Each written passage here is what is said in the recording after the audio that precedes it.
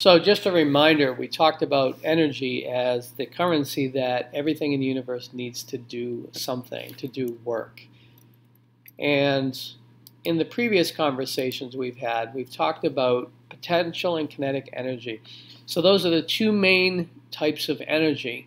And the thing is that those are two big categories, but yet the energy can be in different forms. And this explains a lot of the loss of energy within a system, whether it be a car rolling down a ramp or a roller coaster or just a car moving across a road.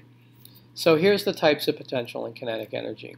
So electrical energy, so electricity, it's carried by the parts of an atom called the electrons. There's light energy. There's chemical energy, so stored within the bonds of atoms and molecules. Mechanical energy is basically all the things that move, and the machines and the hand tools that we might use. That's all mechanical stuff.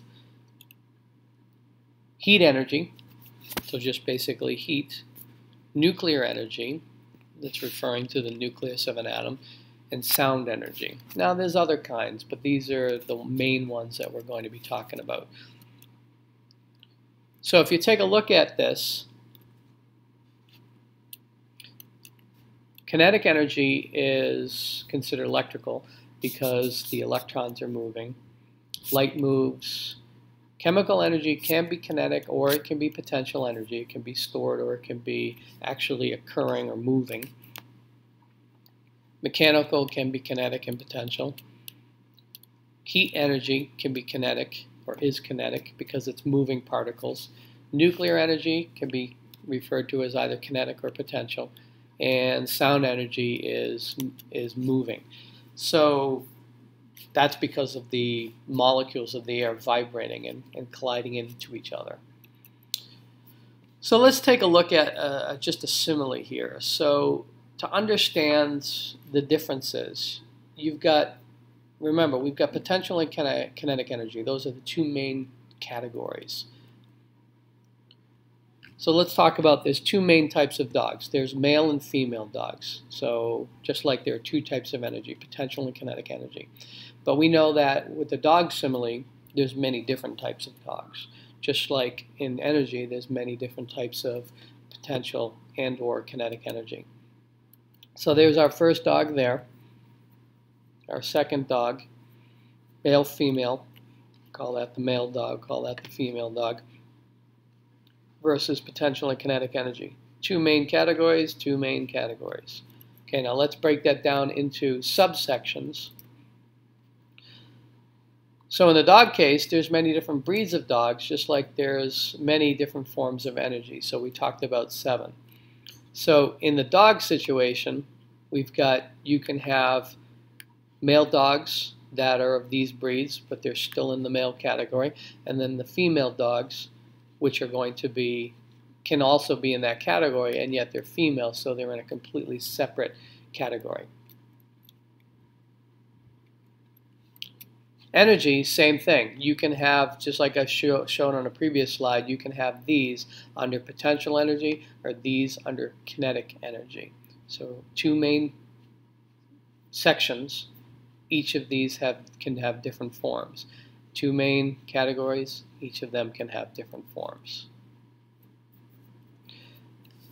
So one thing to realize is that energy is neither created nor destroyed. So it's just recycled. It's converted from one form to another.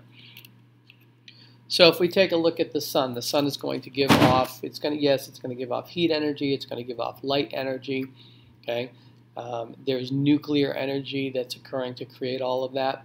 Okay, so let's get our heat and light, and we get that here on Earth. How is that converted? Well, it gets stored actually as chemical energy within the plants. So as the plants go through photosynthesis, it stores that sun's energy as chemical energy. It's no longer the heat and the light that it was from the sun. That chemical energy, oh, and by the way, there's the heat. Plants give off heat.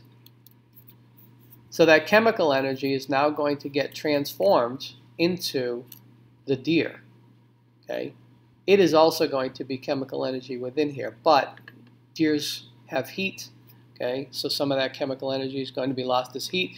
Some of it is going to be mechanical because the deer is moving, so the muscles moving the bones, moving the entire deer, that's mechanical, okay? And then deers make noise, be it noise from grunting, be it noise from their actual movements and shuffling along.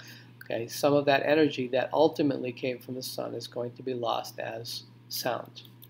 Okay, that chemical energy is then going to go to your hunter in this case, and the hunter is going to be able to get the energy.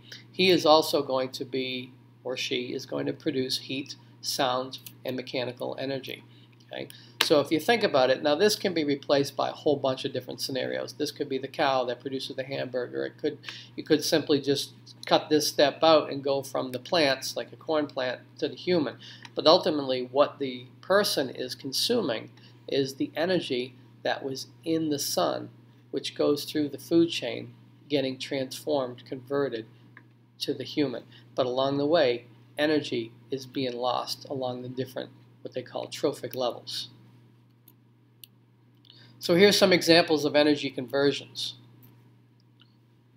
So the first one is interesting because it's a very easy one to think about. So lamps, if you have a lamp and you have a light bulb in it, you're getting the electricity, the energy from the electricity. And we can trace that back to the power plant and the oil and the chemical energy locked up within the oil, which came from animals at one point, or organisms like plants, and then that came from the sun. So we could keep going back.